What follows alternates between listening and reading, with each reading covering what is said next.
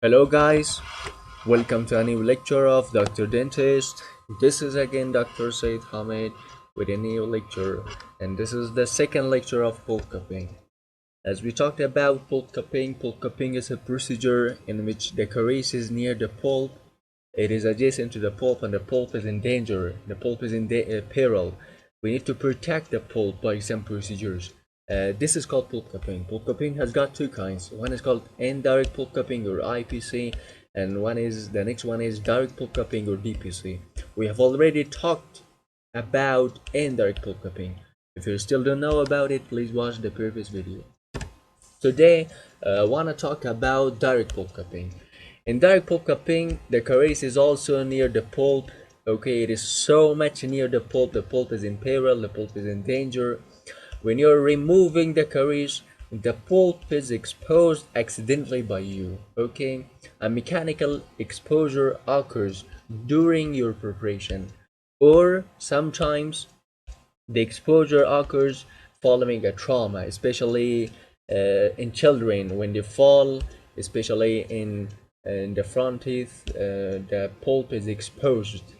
Then, in mechanical exposure of the pulp, we try to put a protective cement over the pulp, okay, over the exposed site, to maintain the vitality of the pulp.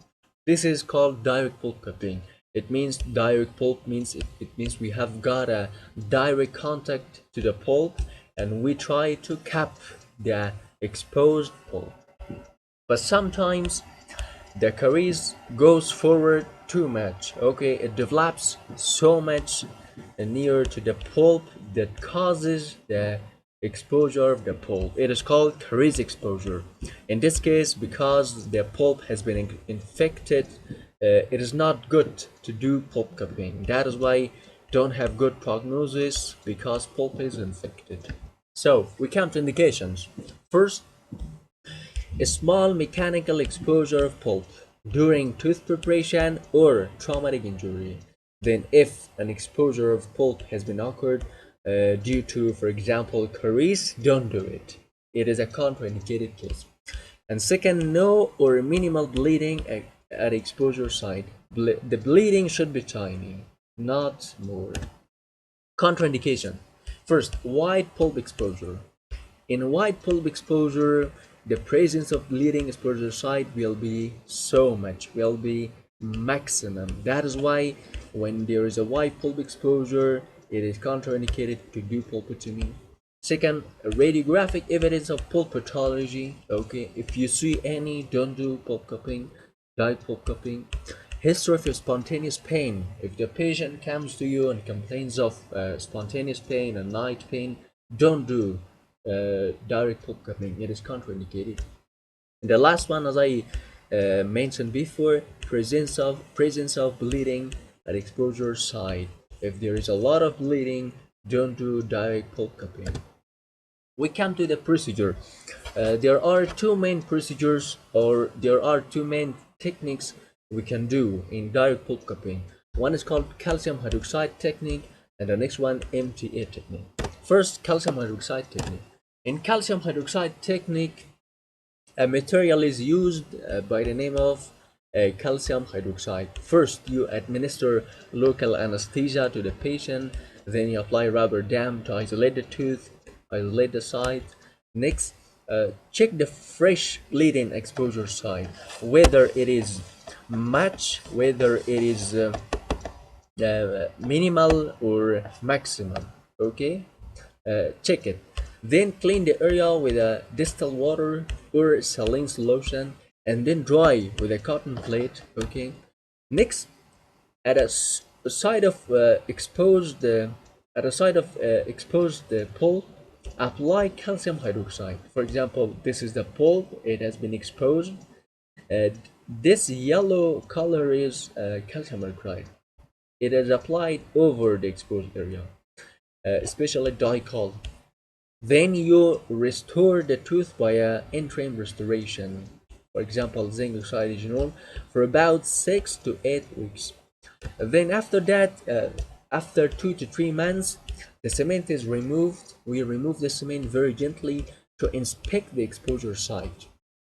If you can see any secondary dentation formation, okay, then the tooth is restored permanently.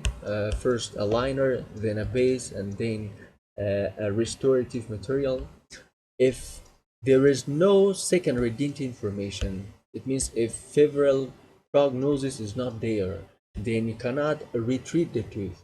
You should do either pulpotomy or pulpectomy. In this picture you can see this is a tooth that has been prepared, and unfortunately the pulp has been exposed, but the bleeding is minimal.